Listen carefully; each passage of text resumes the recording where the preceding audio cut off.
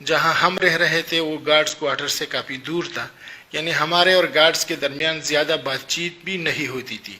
ادارے کی طرف سے ایک حوالدار ہماری خدمت کے لیے مقرر کیا گیا تھا، جو ہماری ضروریات پورا کرنے کے لیے وہ ذمہ دار تھا۔ وہ بھی گارڈز کوارٹر میں ہی گارڈز کے ساتھ رہائش پذیر تھا۔ بیک سائڈ پر ایک چھوٹا سا دروازہ تھا جسے تالا لگا کر بند کر دیا گیا تھا۔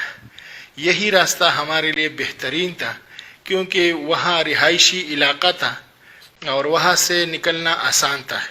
اس لیے میں نے مناسب سمجھا کہ پہلے اس دروازے کی کنڈی کو توڑی جائے تاکہ نکلتے وقت کوئی رکاوٹ نہ ہو، اور 2 دن پہلے یعنی نکلنے سے 2 دن پہلے میں نے وہ رکاوٹ دور کر لی۔ اس سے پہلے ہم نے تعین کر لیا کہ ہم نے جانا کہاں ہے اور جہاں جانا ہے وہاں تک پہنچنے کے لیے ہمیں کتنا وقت درکار ہوگا۔ اس حساب سے ہم نے منصوبہ بندی کی، کیونکہ مجھے خدشہ تھا کہ اگر گارڈ صبح کسی ضرورت کے تحت گھنٹی بجائے اور ہماری طرف سے کوئی جواب نہ ملے تو انہیں شک ہو سکتا ہے۔ اس لیے 2 دن پہلے میں نے گھر کی گھنٹی بھی خراب کر دی تاکہ اگر کوئی گھنٹی بجائے تو اسے لگے کہ گھنٹی خراب ہے، اس لیے ہم ان کی آواز نہیں سن رہے اور ہم باہر نہیں آ رہے۔ اس کا مقصد یہ تھا کہ ہمیں زیادہ وقت ملے تاکہ ان کو خبر ہونے سے پہلے ہم اپنی منزل تک یا تو پہنچ جائے یا منزل کے قریب ہو۔ یہ سب کچھ طے کرنے کے بعد ہمیں سواری کی ضرورت تھی، جس کو میں نے آن لائن بک کرائی کیونکہ موبائل تو ہمارے پاس پہلے سے ہوتا تھا، ہم اسے استعمال کرتے تھے۔ تو گاڑی آنے سے پہلے حسب معمول مغرب کے ساتھ میں نے گارڈز کی طرف سارے دروازے بند کر دیے، جو روزانہ کا معمول تھا۔ سفر کی تیاری کی اور فوری طور پر کھانا کھایا۔ عشاء کی اذانیں شروع تھی کہ ہم وہاں سے پچھلے دروازے سے نکلے، اور یہ وقت تھا جب گارڈز یعنی ہمارے نکلنے کا جو وقت تھا اس وقت گارڈز کھانا کھاتے تھے اور وہ کمرے کے اندر ہی ہوتے تھے۔ تو ٹیکسی آئی اور اس نے ہمیں حاجی کیمپ اڈے تک پہنچایا۔ وہاں سے ہم نے ایک اور گاڑی بک کی اور اپنی اگلی منزل کی جانب نکل گئے۔ پوری رات سفر کیا، اگلے دن بھی سفر میں گزرا۔ 20 گھنٹوں میں یعنی ہم ایک ایسے مقام تک پہنچ گئے تھے جہاں پاکستان کے حدود ختم ہو جاتے ہیں۔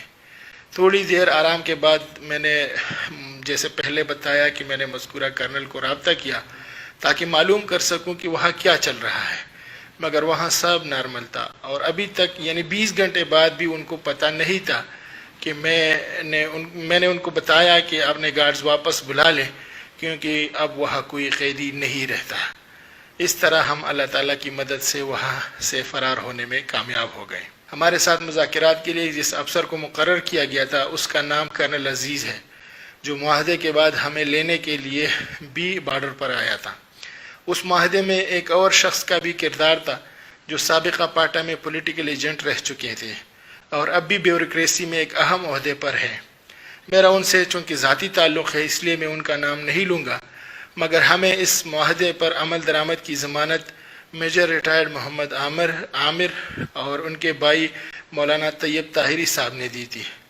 جب معاہدے پر عمل درآمد نہیں ہو رہا تھا تو میں نے ان کو کئی دفعہ رابطہ کیا اور انہیں اپنا وعدہ یاد دلایا، مگر اس نے مجھے اپنی بے بسی کا اظہار کر دیا۔ میرے دل میں ان سے گلہ ضرور ہے کیونکہ انہوں نے ہماری کوئی مدد نہیں کی، اگر وہ چاہتے تو ہماری مدد کر سکتے تھے۔ اس معاہدے میں یہ ساری چیزیں طے ہو گئی تھی کہ ہماری واپسی پر ہمیں امن ہوگا، کوئی کیس میرے خلاف نہیں بنے گا بلکہ پرانے کیسز ختم کیے جائیں گے، مجھے کسی جیل یا ٹارچر سیل میں نہیں رکھا جائے گا، میری مالی مدد کی جائے گی، مجھ پر کوئی معاشرتی یا سفری پابندی نہیں ہوگی، مگر بدقسمتی سے اس پر عمل درآمد نہیں کیا گیا۔ ابتدا میں تو چیزیں نارمل تھی، مگر وقت کے ساتھ اداروں نے ہم سے مطالبات شروع کر دیے جس کی لمبی فہرست ہے، مگر ایک مطالبہ ایسا تھا جس پر میں پہلے بھی بات کر چکا ہوں۔